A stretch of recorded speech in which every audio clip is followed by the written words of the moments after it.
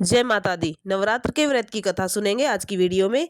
प्राचीन काल में सूरद नाम का राजा था। एक बार शत्रुओं ने उन पर आक्रमण कर दिया था। तभी वहां के लोग राजा के साथ विश्वासघात करके शत्रु पक्ष में मिल गए थे। परिणाम स्वरूप राजा की पराजय होने पर सभी दुखी अर्थात निराश होकर के तपस्वी वेश में वन में निवास करने लगे थे। उसी समय वन में समाधि नाम का वैश्य मिला, जो अपने स्त्री अर्थात पुत्रों के दुष्ट व्यवहार से अत्यंत ही दुखित था। इसीलिए वह जंगल में निवास करने लगा था, वहीं पर रहने लगा था। तभी क्या होता है कि जैसे ही महर्षि मेधा के आश्रम में पहुंच जाते हैं, महामुनि मेधा के द्वार आने के कारण पूछना अर्थात दोनों ने बताया।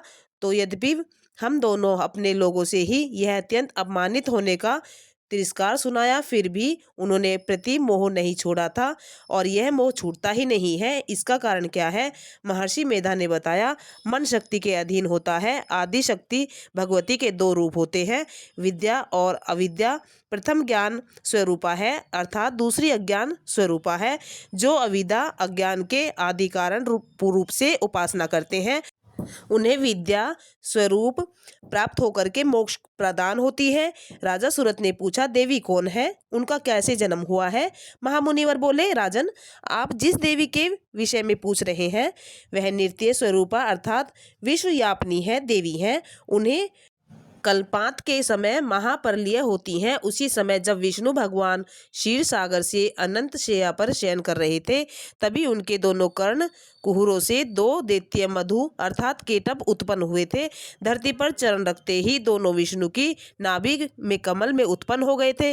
ब्रह्मा को मारने दौड़े अर्थात उनके इस भयानक रूप से देख करके ब्रह्मा जी ने अनुमान लगाया कि विष्णु के सिवा मेरी कोई शरण नहीं है अर्थात किंतु भगवान विष्णु का अवसर पर सो रहे थे और वे अपनी शैया पर थे। तभी विष्णु भगवान को जगाने हेतु उनके नयनों में निवास करने वाली योग निद्रा की स्तुति करने लगे। परिणामत तमोगुण अधिष्ठात्री देवी विष्णु भगवान के नेत्र, नासिका, मुख अर्थात हृदय से निकलकर आराधक ब्रह्मा के सामने प्रकट हो गई। योग निद्रा के निकलते ही भगवान विष्णु जाग उठे अर्थात भगवान विष्णु उन पर राक्षसों में 5000 वर्षों तक युद्ध हुआ। अंत में वे दोनों भगवान विष्णु द्वारा मारे गए। ऋषिवर बोले, अब ब्रह्मा जी की स्तुति से उत्पन्न महामाया देवी की वीरता सुनो। एक बार देवताओं के स्वामी इंद्र अर्थात दैत्यों के स्वामी महिषासुर में सैकड़ों वर्षों तक का घनघोर संग्राम हुआ था। इस युद्ध में देवराज इंद्र की पराजय हुई अर्थात और महिषासुर इंद्रलोक का स्वामी बन बैठा। तभी हारे हुए देवगण ब्रह्मा जी के आगे भगवान शंकर अर्थात विष्णु भगवान के पास गए, उनसे अपनी व्यथा कथा सुना डाली। देवताओं की इस निराशापूर्ण वाणी को सुनकर विष्णु भगवान और भगवान शंकर को महान क्रोध आया। तभी भगवान विष्णु के मुख अर्थात ब्रह्मा जी, शिव, इंद्र आदि के शरीर से एक पूंजीभूत देव तेज निकला अर्थात जिससे दिशाएं जलने लगी। अंत में यही तेज एक देवी के रूप में परिणत हो गया। देवी ने सभी देवताओं से आयुध शक्ति अर्थात आभूषण प्राप्त किए।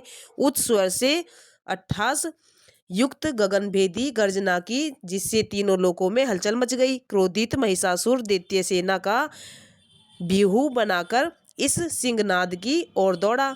उसने देखा कि देवी की प्रभा में तीनों देव अंकित हैं। महिषासुर अपना समस्त बल छद्म लगाकर भी हार गया और देवी के हाथों मारा गया। आगे चलकर यही देवी शुंभ अर्थात निशुंभ नामक असुरों का वध करने के लिए गौरी देवी के रूप में उत्पन्न हुई।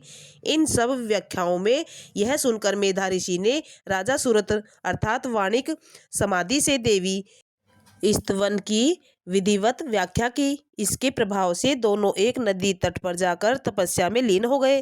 3 वर्ष तक बाद दुर्गा जी ने प्रकट होकर उन दोनों को आशीर्वाद प्राप्त किया और जिससे वाणिक सांसारिक मोह से मुक्त होकर आत्मचिंतन में लग गया था अर्थात राजा ने शत्रुओं को जीतकर अपनी खोया हुआ राज और राजपाट वैभव पुण्य प्राप्त कर लिया। इस तरह से राजा ने अपना खोया हुआ राजपाट सब कुछ प्राप्त किया।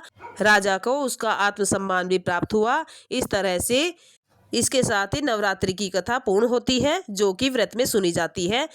नवरात्रि के व्रत में इस कथा का रसपान अवश्य से करना चाहिए, तभी व्रत का संपूर्ण रूप से फल प्राप्त होता है। अगर ये वीडियो आपको पसंद आई हो तो वीडियो को लाइक करें, सब्सक्राइब करें, शेयर करें, कमेंट करें।